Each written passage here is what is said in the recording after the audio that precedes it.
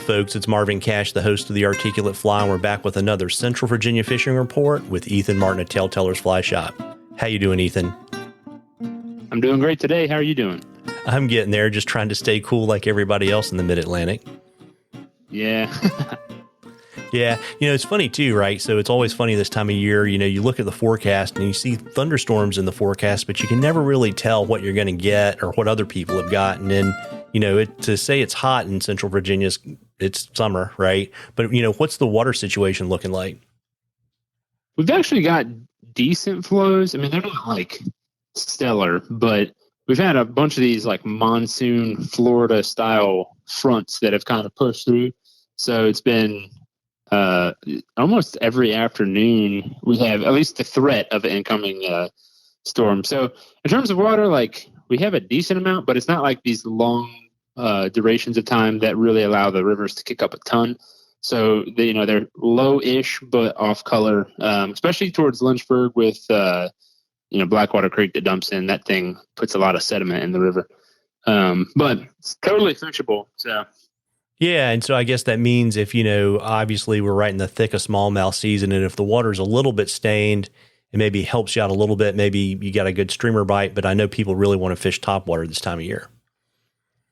Yeah, and that's definitely kicking up. The cicadas in Lynchburg especially are everywhere. Like when I say everywhere, I mean like we're not seeing millions like the 17-year cicadas, but you can hear them chirping all through the trees. When I was packing my kids into the car earlier, and there was 2 cicadas on our deck that were both underneath there, and one of them had just hatched out of the ground. So we're definitely seeing more and more of those, hearing them, and the fish are definitely reacting positively towards that, which is more of your topwater, just cast it, let it chill style fishing. And so I've heard of some people that have caught some pretty decent fish the past couple of days on topwater bugs. And so that should have been me this morning, but I did the rookie mistake. And actually, for the first time in my fishing career, I was supposed to fish this morning and I slept through my alarm.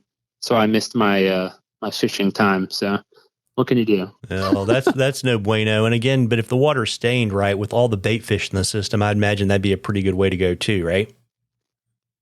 Yeah. So that's kind of my 2 routes is if it's me, I'm going to show up first trying to throw topwater. And, if that's poppers or if that's like a small bait fish that stays on the surface. And if you're just not seeing the action that you want, or you just want to do something different, then it's bait fish. I haven't gone as much to a crayfish this time of the year just because I haven't needed to. And you definitely lose more flies with, the heavy like clawdad style patterns as well. You catch a lot of fish, so don't, misunderstand what I'm saying. If you have a bunch of clawdads or crayfish patterns in your box, it's just, for myself, my first go-to is going to be topwater, and I'm just going to kind of work down the list to get to the depths of the river. So that way you kind of minimize how many flies you're losing. And for me, it just is more interactive the higher up you stay. So seeing fish come up and take, or like actively stripping a fly through something, I just enjoy that. Yeah, absolutely. And I would imagine, the trout fishing's kind of slowing down because it's probably getting pretty warm, and I don't think your evening lows are that low. No, it's still been pretty toasty. And even towards the mountain streams, which are, typically a little bit cooler than what we have here in Lynchburg itself. And so, yeah, I just tell people, I had a buddy of mine take Temps the other day towards the afternoon, and he wasn't fishing. He was just out, actually just cruising around. But Temps on the stream that he took, which is a popular brook trout stream, were over, it's like 71, 72. So our Temps are definitely getting over the range that you would really prefer to see trout. Or prefer to catch them, for their own health and safety and just for their ability to revive once you've caught them.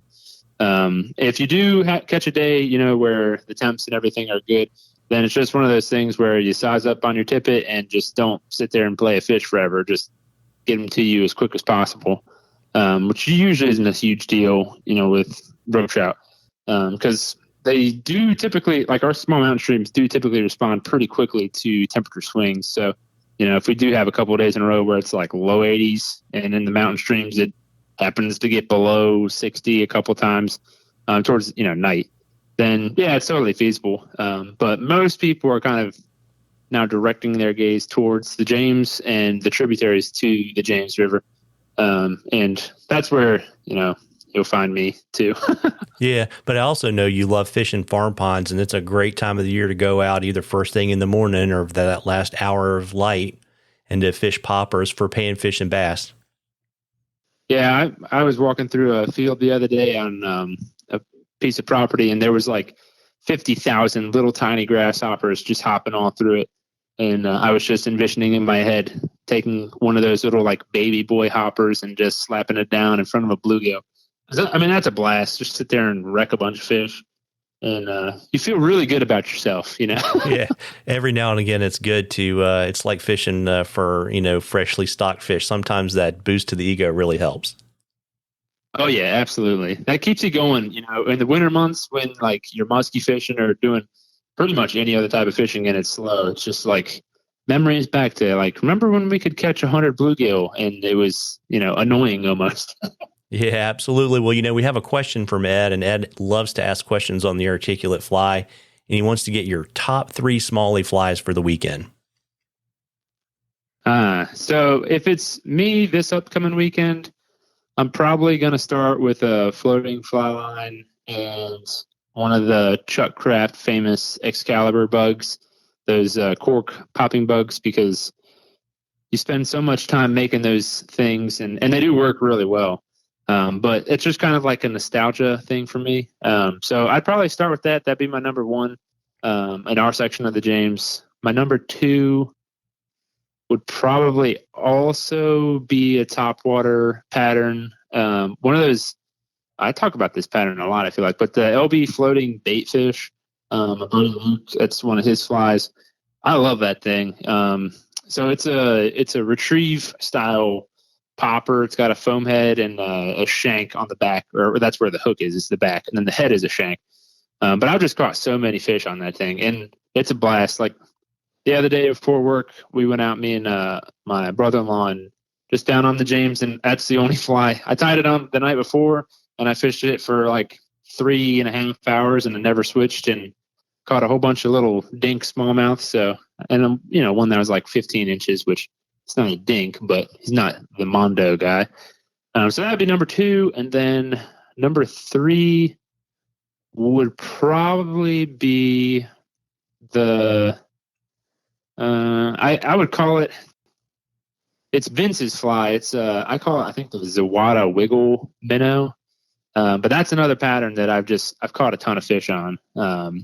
Wade fishing especially, but fishing out of rafts, which basically it's like a 3-inch curly tail grub, right? Which I sound gross saying that, on a fly fishing podcast, but that's essentially what the pattern is. It's got a little tail off the back of it, so chenille, and then the collar of it is all these little tiny micro rubber legs and a tungsten bead. So it's really heavy, but that's a really good pattern. And usually, if I'm trying to cover water and I don't want to throw a topwater pattern, that's the thing that I throw, because you can kind of cast it at a downward angle and swing it through different sections of water. And I mean, you can just be looking off in the distance, at the bald eagle or whatever it is, and they'll just smallmouth will come out of nowhere and thump that thing. So it's a great pattern for just kind of hanging out and enjoying your day. Or if you are new to fishing, that it's a Zawada Wiggle Minnow. We have a bunch of them in the shop. But there's Vince is a good dude. He ties them for shops out in like Richmond. I think he ties them for Green Top and Orvis.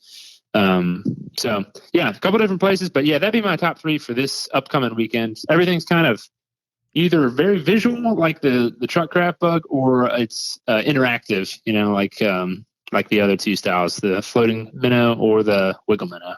Yeah, well, there you go. And, folks, we love questions at the Articulate Fly, and you can email them to us. You can DM us on social media. You can drop them in the comments to our social media posts, whatever's easiest for you. And if we use your question, I will send you some Articulate Fly swag, and we went in a drawing for something cool from the shop at the end of the season. And Ethan, before I let you go, you want to let folks know location, shop hours, and all that kind of good stuff? Oh, yeah. So the shop is located in Lynchburg, downtown Lynchburg. We're on Main Street. We're just 3-ish blocks away from the James River. So if you come into town and you want to come fish for a weekend or something, it's really easy to access. You can wade most of the time too. Shop hours were pretty much 9 to 5 every day except for Sunday. We're closed.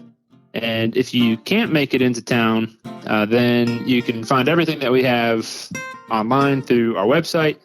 Or, if you have questions, I'll respond to pretty much all of them that I can get to through email or Instagram, Facebook, all that stuff. Probably the easiest one is email or Instagram out of those. But yeah, that's it. Yeah, well, there you go. Well, listen, folks, you owe it to yourself to get out there and catch a few. Tight lines, everybody. Tight lines, Ethan. Tight lines.